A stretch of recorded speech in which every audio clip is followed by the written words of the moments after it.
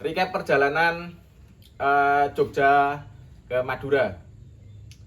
Muter setengah Pulau Jawa, muter pinggiran Pulau Madura. Muter, jadi Madura muter. Semoga ini bisa jadi referensi kalian kalau misalkan kalian belum pernah berangkat ke Madura atau ada trip mau berangkat ke Madura lewat jalur-jalur yang kita lalui. Kita lewati lah.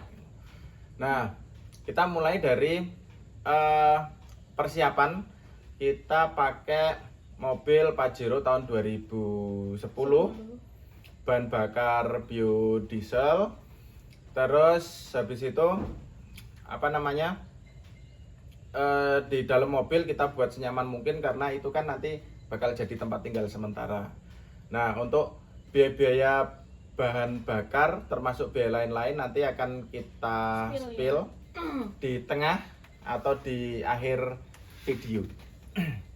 Oke, kita mulai dari kita berangkat aja dulu. Kita berangkat itu dari Jogja kurang lebih jam 10 malam. Terus kita lanjut ke arah Solo Sragen. Begitu masuk Solo Sragen kita ambil arah Ngawi, daerah Alas Mantingan. Jadi ini non tol ya. Iya. Kita selama perjalanan ini tidak ada tol sama sekali. Terus sampai Alas Mantingan kita lanjut ke daerah Bojonegoro, Bojonegoro Lamongan, Lamongan Gresik, Gresik Surabaya, Surabaya nyebrang ya Suramadu, terus habis itu Ke Bangkalan. Sebelum kita cerita yang di Madura ya, di daerah Madura, saya mau menginformasikan dulu, nek misalkan toh kalian berangkat masuk ke Alas Mantingan pakai mobil sedan atau pakai motor itu di malam hari terutama. Terutama malam hari ya, benar. Itu harap berhati-hati karena di sana kan banyak jalan berlubang. Di samping itu jalannya bergelombang, berombak kayak gitu. Nah, itu agak worry juga sih, agak berbahaya. Kita yang pakai mobil yang kita anggap besar aja itu sering kaget di situ.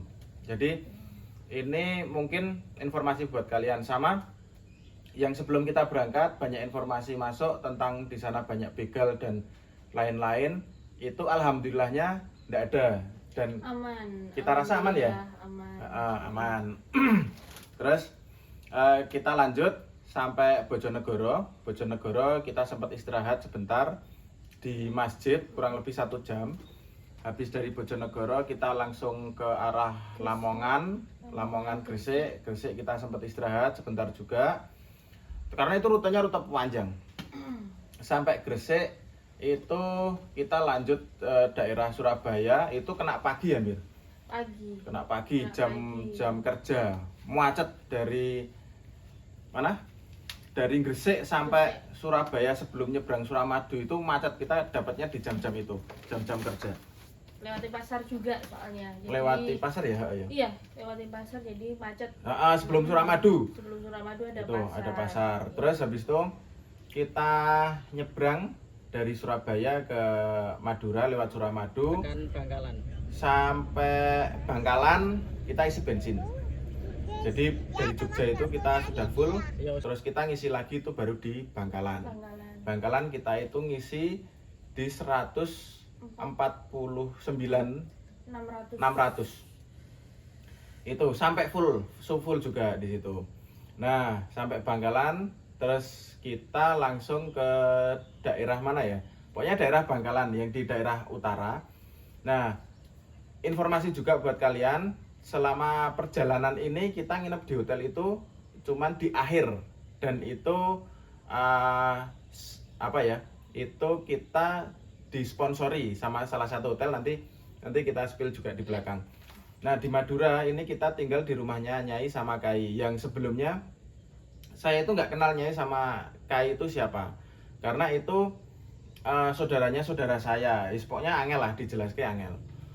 Cuman kita tinggal di rumahnya Kai sama Nyai, yang sebelumnya kita belum pernah ketemu, kita belum pernah kenal, tapi kita disambut sangat hangat di sana. Itu di daerah Bangkalan. Nah, tak gambarkan dulu ya. Jadi rumahnya Nyai sama Kai itu kan di agak agak masuk, agak pelosok gitu. Dan rumah Nyai sama Kai itu kan di paling ujung dekat muara. Terus di samping muara itu ada tambak ya, ada tambak udang. Nah rumahnya Nyai di samping situ. Jadi asri lah, rumahnya asri. Terus treatmentnya bagus. Nyai Kai sama Mbak Hikmah itu sangat hangat banget. Nah begitu sampai sana kita disuguh ya biasa kayak di desa, dinoi apalah sing yang kita butuhnya apa dikasih semuanya. Terus begitu sampai sana Kai ngajak saya buat mancing waktu itu di muara, karena samping rumahnya muara. Nah kita dapat ikan tuh di situ. Begitu kita dapat ikan, saya balik sama Osa juga, saya balik. Terus habis itu langsung dimasak sama Nyai, termasuk istri saya, termasuk Mbak Hikmah. Mbak Hikmah ikut ya? Iya. Mbak Hikmah ikut. Nah terus habis itu kita makan, enak, panganannya enak tenan cuk. Terus begitu sudah selesai makan ya kita ngobrol-ngobrol sebentar. Terus habis itu ya malam istirahat. Paginya karena saya ada pekerjaan di Madura sebentar, itu istri saya tinggal. Jadi istri saya punya kegiatan sendiri di rumahnya Kai sama Nyai. Nggak pergi ya? Nggak pergi. Nggak pergi. Kita perginya itu malah Sorenya. Sore kita habis makan itu kita pergi sampai ke mana? Mercusuar. Terus kita sempat muter-muter di daerah Bangkalan, di kota, yang di kota itu. Nah begitu istri saya tinggal, saya kerja ya. Hari berikutnya saya kerja. Nah sekarang giliran istri saya yang cerita di sana gimana gitu, keadaannya gimana. Oke. Jadi waktu kita sampai di Bangkalan itu kita langsung ke rumahnya Kai Nyai sama Mbak Hikmah. Sampai sana disambut dengan hangat, sangat menyenangkan. Terus disuguh makanan seperti itu, wah udah kayak ketemu saudara yang udah lama banget gitu. Kai samanya itu apa? Kai samanya itu bahasa Madura. Jadi di sini tuh kakek nenek lah, kakek nenek gitu. Sama Mbak Hikmah itu putrinya Kai dan Nyai. Udah seperti saudara sendiri lah di sana itu. Kita menginap semalam di sana, dikasih semuanya dibikin nyaman lah sama Kai dan Nyai, dan kita juga kerasan di sana selama di sana. Terus bantuin masak juga, masak ikan, masak kepiting, semuanya ada dari hasil bumi mereka gitu. Terus kita sempat jalan-jalan juga sorenya, muter-muter. Udah itu sampai pagi, ditinggal ayahnya kerja. Terus saya juga ikut masak, ikut bikin kerupuk juga. Bikin kerupuk. Bikin kerupuk juga dijemur. Terus habis itu kita bareng-bareng lah, cerita-cerita banyak. Terus kan udah tak tinggal toh istriku. Yeah. Terus berarti kan aku maghrib itu kan balik. Pas maghrib tuh aku lihat pas jalan masuk ke rumahnya Kai sama Nyai itu.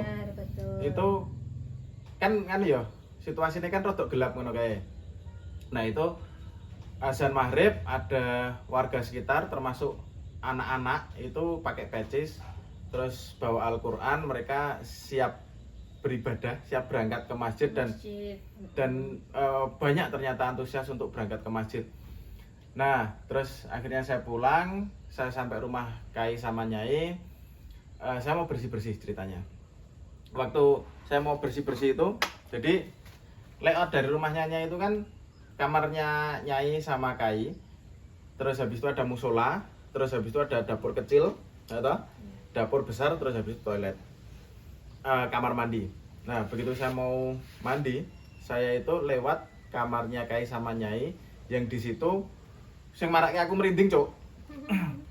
Di sana tuh Kai sama Nyai itu baru baca Al-Quran sekalian nunggu ibadah Isya. Jadi dari maghrib sampai Isya itu Kai sama Nyai itu baca Al-Quran. Kenapa saya bilang itu berkesan buat saya? Karena saya belum hidup di lingkungan yang seperti itu. Makanya, ini maraknya aku merinding tenan. Terus habis selesai saya mandi, saya nunggu di depan. Terus saya ngerokok lah biasa, ngobrol sama istri saya. Ternyata siangnya itu istri saya samanya itu udah menyiapkan makanan buat saya. Ya ada kepiting, ada ikan bandeng, ikan yang kayak bandeng itu apa namanya saya lupa, dan lain-lain. Dan itu hasil bumi. Iya. Enggak beli loh, orang tuku toh kowe. Enggak. Dan itu enggak beli. Terus habis termasuk kerupuk yang tadi dibikin sama istri saya sama Nyai. Terus habis itu ya udah kita mulai ngobrol biasalah, istirahat. Nah, paginya itu kita kan bangun jam 5:30. Paginya itu di depan, karena saya mau siap-siap mobil, di depan itu ternyata ada Pak Ali yang di sini. Saya tanya bagaimana rute sama medan kalau misalkan kita mau ke Pantai Lombang. Ya. Mau ke Pantai Lombang, rute Madura Utara itu gimana? Setelah kita ngobrol sebentar, kita siap-siap, ternyata Nyai itu baru pulang belanja. Iya. Dari pasar ya? Dari pasar. Nganggo pit ngono kae, nganggo sepeda ngono kae. Keranjangnya di depan. Apik banget lah, komen apik banget suasanane. Seru. Terus ternyata itu mau masakin kita, cuman kita harus segera berangkat ya. Kita minta maaf ya sama Nyai, sama Kai, sama Mbak Ikma juga karena kita keburu, kita harus segera ke Pantai Lombang. Nah, di perjalanan dari mana Bangkalan ke Pantai Lombang itu kurang lebih 4 jam. Di situ nanti kalian bakal menemukan, hiperbolaku adalah kalian bakal menemukan setiap kilo itu pasar yang di situ sangat ramai banget. Ya, satu contoh kan ya, kalau misalkan dari daerah utara kayak kita mau masuk pasar itu di Google Map kan udah merah. Sebelum itu sudah terjadi keramaian. Satu contoh di sana sing marake aku rodok shock juga. Mereka itu berhenti kan sembarangan ya? Berhenti sembarangan. Terus itu pun bisa kurang lebih 20 menit nunggu antrian. Jadi nunggu traffic 20 menitan. Dan itu pasar itu di setiap 2-3 kilo sekali itu mesti ada. Nah, terus habis itu kita ada kebutuhan untuk uang tunai. Oh iya, ambil uang. Ambil uang. Kita ada kebutuhan uang tunai. Nah, jarang menemukan ATM lain selain BCA. Ini bukan sponsor loh. Ini bukan sponsor, tapi memang benar jarang menemukan ATM lain selain BCA karena kita sempat mau ambil selain BCA tapi nggak dapat ya. Nggak dapat. Kan di BCA itu dapat ditemui di mart-mart, di pasar, di pom bensin. Ada. Itu kita dipermudah juga. Terus kita berangkat sampai Pantai Lombang, Pantai Lombang yang tadinya mau camping, mau pakai hammock, nyantai-nyantai gitu. Ternyata cuacanya, kondisi alam itu tidak mendukung. Hujan. Lombang itu Madura paling ujung. Ya. Perjalanan kurang lebih 4,5 jam lah, kurang lebih segitu. Mungkin bisa lebih cepat kalau nggak ada traffic pasar. Nggak ada pasar. Pasar tuh kita bisa lewat 4 sampai 5-an pasar. Oh, lebih ya? Lebih ya? Banyak. Iya. Pasar banyak. Lebih. Nah, terus setelah Pantai Lombang kita lanjut karena tidak memungkinkan di sana, kita lanjut ke Sumenep, Pamekasan, Sampang, balik lagi Bangkalan. Kita mau nyebrang ke Suramadu. Cuman sebelum nyebrang nih, aku mau tanya dulu ke istriku. Di sana ada culture shock karena aku punya culture shock juga. Saya udah beberapa kali ke Madura, istri saya pertama kali di Madura. Itu culture shockmu apa selama kamu tinggal di Madura? Selama di Madura, ini. Jadi kalau di sana itu semua perempuan, baik itu mungkin remaja sampai ibu-ibu ya, itu selalu semuanya pakai hijab. semuanya pakai hijab gitu. Biarpun cuma segini Iya, gitu ya. walaupun Bajunya cuma pendek segini atau- terus roknya cuma Iya. segini tapi Itu semuanya pakai hijab. Dan setelah saya search baru tahu kalau Pulau Madura itu 99% adalah muslim. Muslim. Gitu. Terus apa meneh? Terus kita sempet pas perjalanan pulang ya. Jadi kita sempet makan, maksudnya mau menyeberang ke Surabaya. Suramadu. Kita mampir kan di Bangkalan, kita makan di Bebek Madura. Nah itu tempat cuci tangannya itu Pakai teko. pakai teko. Jadi di bawahnya ada kotaan gitu, terus ada bolong-bolongnya, di atas ada teko. Nah itu caranya kita cuci tangannya pakai teko itu. Dikira sebelumnya apa? Air minum, air putih. Ternyata itu tempat cuci tangan, jadi nggak ada wastafel di sana. Baru lihat itu ya. Terus apa lagi ya? Aku Ya, tidak menemukan gereja.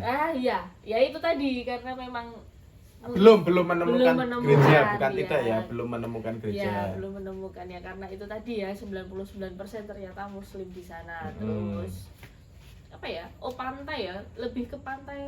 Pantai daerah selatan itu banyak yang ditutup beton. Ditutup beton, betul. Jadi ya tapi jalannya lebih lebar daripada yang utara, jalannya lebih lebar.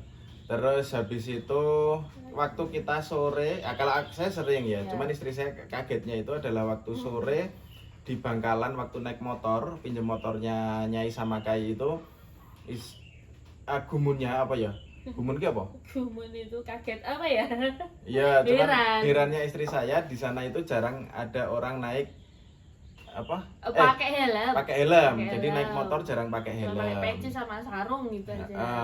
Padahal itu di kota ya. Padahal itu di kota. Kota lah itu. Itu terus apa meneh ya culture shocknya di sana itu? Ya kalau saya jelas culture shocknya nggak bisa bahasa Madura ya. Ya itu memang ternyata mereka juga nggak bisa bahasa Jawa ya. Nggak bisa bahasa Jawa. Jadi kita komunikasi di sana itu pakai bahasa Indonesia. Bahasa Indonesia. Tapi baik-baik sih, orang-orangnya ya, baik. Baik-baik Itu semua, cuman betul. yang agak saya sayangkan adalah di Madura bagian selatan ini menurut pengalaman kita ya. Iya, betul. Agak kotor sih. Dari Sampang ke sana. Kalau untuk Sumenepnya agak ya lumayan good ya. lah. Itu terus kita sempat berhenti juga di Pantai Camplong. Di Sampang itu. Sampang, ya? daerah Sampang tapi hujan deras. Ya. Akhirnya nggak jadi kita berhenti. Kita berhenti. Lanjut lagi. Nanti videonya ada di situ. Terus habis itu Madura selesai, kita apa namanya? Suramadu. Cuman sebelum Madura selesai, saya sama istri saya mau berterima kasih dulu sama Kai, sama Nyai, sama Mbak Hikmah. Ya. Kalian adalah keluarga yang sangat baik, keluarga yang sangat menyenangkan. Keluarga baru kita di Madura ya. Keluarga baru kita di Madura. Besok suatu saat kita ke Madura, kita Pasti datang ke sana kesana, lagi. Iya. Itu. Dan terima kasih sudah diberikan hasil bumi yang terbaik. Itu. Terus setelah itu kita nyebrang Madura itu. Oh, yang belum kita ceritakan adalah kita muter Madura, termasuk istirahat ya, dari Bangkalan pulang ke Bangkalan lagi itu kurang lebih 14 jam. Iya, betul. Atau kurang lebih 14 jam itu berapa ratus kilo? 800 900-an kilo lah. Kalau nggak salah, nah misalkan salah saya mungkin di kolom komentar bisa dibantu. Nah, setelah itu kita lompat nyebrang di Surabaya lewat Suramadu. Kalau misalkan informasi juga buat kalian kalau mau ke Madura lewat Suramadu, pas dapat sunrise apa sunset itu bagus. Bagus. Ya. Terus itu tol tidak berbayar.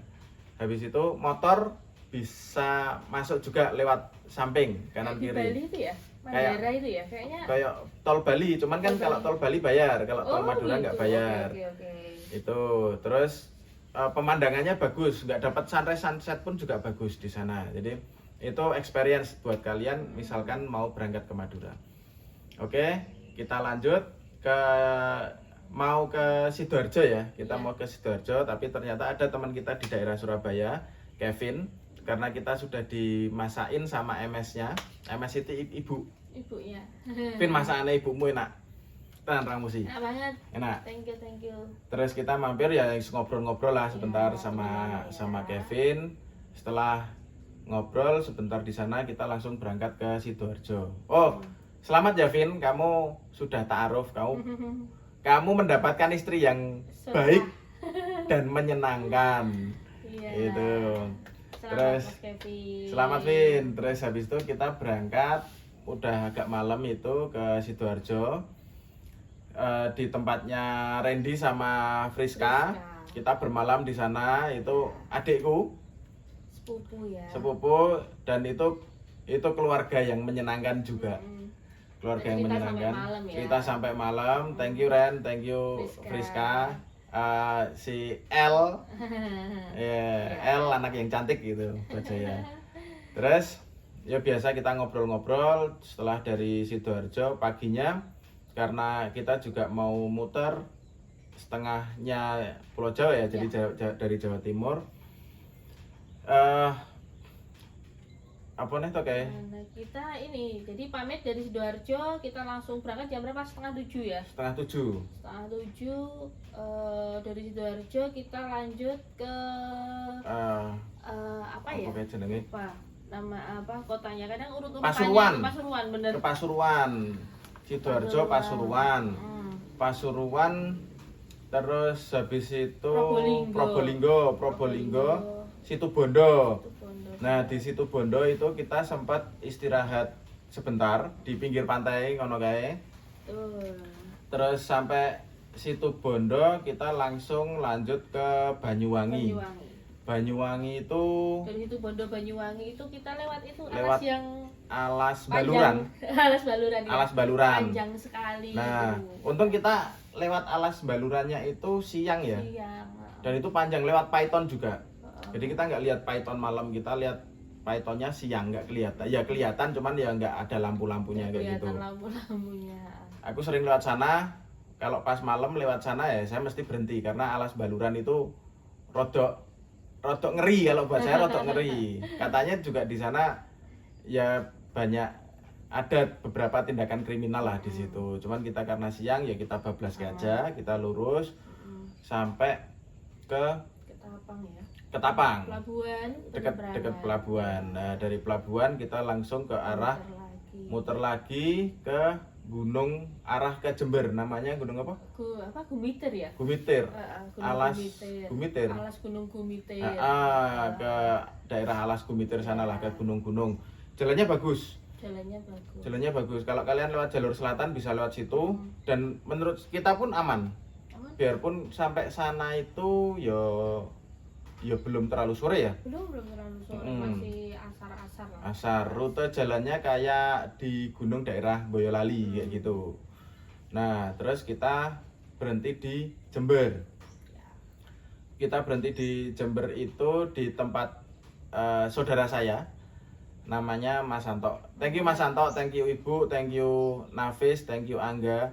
Kalian keluarga yang sangat metal, sangat menyenangkan sekali. Dan kita berterima kasih, kita sudah dikasih makan, dikasih tempat tinggal, dikasih mercon buat usaha. Saya happy karena di sana banyak mercon. Itu di Jember, Islamnya juga kental. Di Jember kita sempat nginep semalam lebih ya. Nginep semalam lebih, terus kita sempat ya biasalah cerita-cerita masa lalu ngono kae. Terus habis itu dari Jember itu kita sampai Jember itu jam berapa ya? Ya kurang sore ya. Agak malam kayak. Iya. Ya kurang lebih 12 jam. 12 jam perjalanan dari Sidoarjo sampai Jember, termasuk istirahat. Nah, terus dari Jember kita udah selesai sama keluarganya Mas Santo. Kita berangkat lagi itu jam 10 malam. Jadi kita sempat stay semalam di sana. Terus habis itu kita nunggu agak malamnya kita jam 10 berangkat. Arah ke Pacitan. Ada Pacitan. Dari Jember kita ke arah Lumajang. Lumajang kita ke arah mana? Ke Panjen. Sebelum ke Panjen itu Dampit. Nah, di sini informasi buat kalian.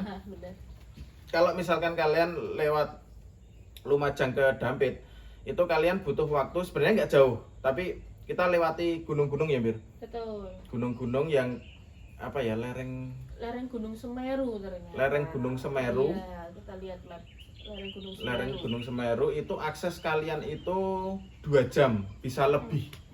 Itu. Cuman di situ malam pun juga nggak berbahaya.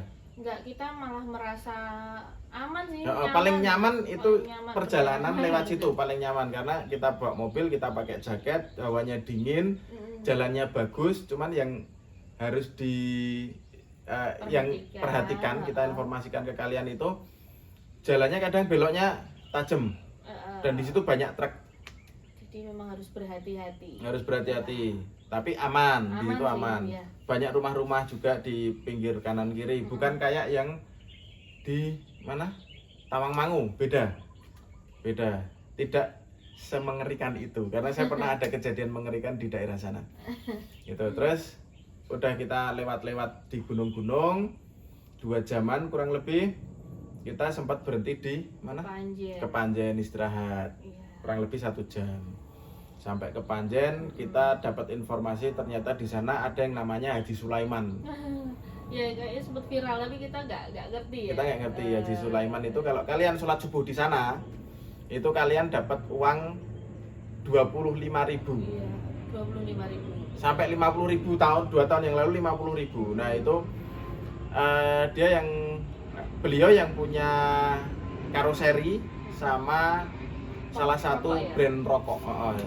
Itu kalau misalkan kalian lewat di daerah ke Panjen itu mampir aja di masjidnya Ya. Haji Sulaiman. Apalagi menjelang bulan puasa. Menjelang buat puasa. Setelah tarawih sama subuh itu pasti dapat. Tapi jangan cari uangnya, cari ibadahnya aja. Cari ibadahnya aja, jangan cari uangnya. Itu. Betul. Kita sempat lewat sih. Ya. Masjidnya juga bagus. Masjidnya bagus banget. Pas hampir subuh ya. Iya. Kita lewat sana itu pas hampir subuh dan banyak orang yang mulai berangkat beribadah. Terus dari sana kita arah Blitar. Arah Udah Blitar terang ya.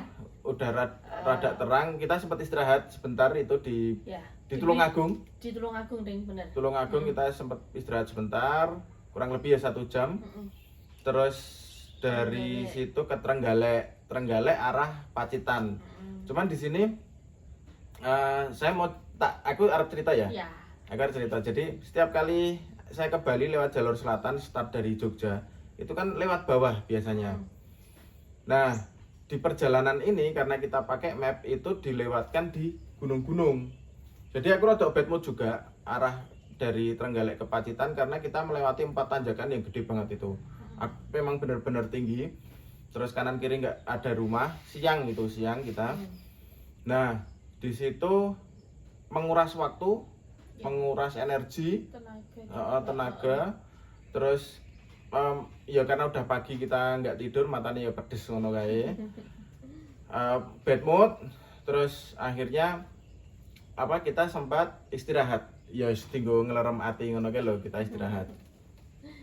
Lanjut kita ke Pacitan ke Watu Karung. Nah, di Watu Karung. Jadi dari Trenggalek ke Pacitan itu kalian butuh kurang lebih 1,5 jam lebih hampir 2 jam. Hampir 2 jaman lah. Hampir 2 jam. Sebenarnya mungkin bisa lebih ini ya kalau kita benar-benar tahu medannya ya. Tahu medannya, bisa terus lebih dipres waktunya. Terus itu kita sampai Pacitan itu jam 12 siang.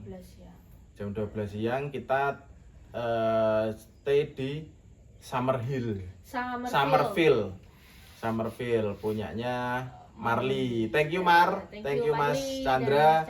Kita sudah difasilitasi stay di sana difasilitasi hotel sing enak banget ngono, aku turunnya nyenyak ngono. Terus pantainya juga indah. Pantainya deket ya, tinggal jalan aja. Tinggal jalan, pantainya tinggal jalan. Dari homestay-nya Marli ya. Terus perjalanan dari Jember sampai Pacitan itu kurang lebih 12 jaman lah.